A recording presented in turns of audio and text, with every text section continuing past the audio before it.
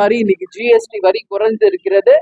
முதல்ல 4 கேட்டகரியில இருந்தது, இப்ப அதை 2 கேட்டகரியா மாத்தி இருக்காங்க. அதாவது 5, 8, 18, 40 அப்படி இருந்ததை இப்ப குறைச்சு 5, 18 மட்டும் இப்ப அமுலாக்கப்படும் என்று சொல்லி இருக்கிறாங்க. இதை எதிர்கட்சியான காங்கிரஸ்ல முன்னாள் பினான்ஸ் மினிஸ்டர் ப. சிதம்பரம் அவர்களை வரவேற்றிருக்கிறார். அதனால இவ்வளவு வருஷம் போட்டுட்டு ஏன் இப்ப நிறுத்துறீங்க அப்படின்றத விட, அந்த மக்களுக்கு இனி வருங்காலங்களில் ஜிஎஸ்டி வரி குறைக்கிறதுனால தொழில்கள் முன்னேறும், எக்ஸ்போர்ட் இம்போர்ட் டெவலப் ஆகும். அது மட்டும் கிடையாது, பல்வேறு பேருக்கு வேலை வாய்ப்பு கிடைக்கும். எனவே தேமுதிக சார்பாக நிச்சயமாக இந்த ஜிஎஸ்டி வரி குறைப்பை மனதார ஏற்றுக்கொள்கிறோம்.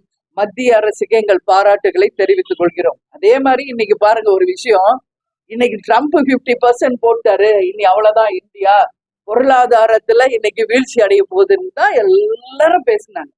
பாருங்க அவர் என்ன பண்ணாரு, சைலண்டா போனாரு, என்ன மாநாட்டுல கலந்துக்கிட்டாரு.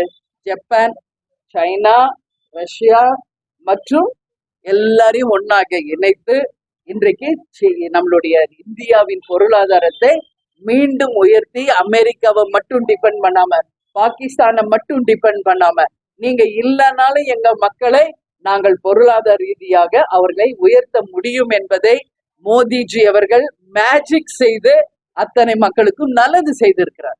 அதனால அதையும் நாங்கள் வரவேற்கிறோம் என்பதை இந்த நேரத்தில் தெரிவிச்சுக்கிறேன். எனவே நாட்டுக்கும் மக்களுக்கும் நல்லது செய்பவர்களுக்கு அனைவருமே பாராட்டுங்க, தப்பு ஒண்ணும் கிடையாது.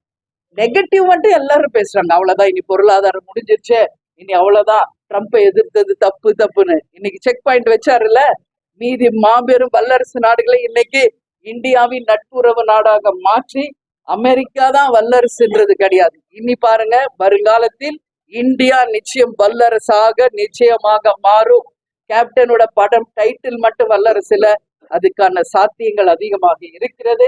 எனவே மத்திய அரசுக்கும் மோடிஜி அவர்களுக்கும் தேமுதிக சார்பாக எங்களுடைய வாழ்த்துக்களை பாராட்டுகளை தெரிவித்துக் கொள்கிறோம்.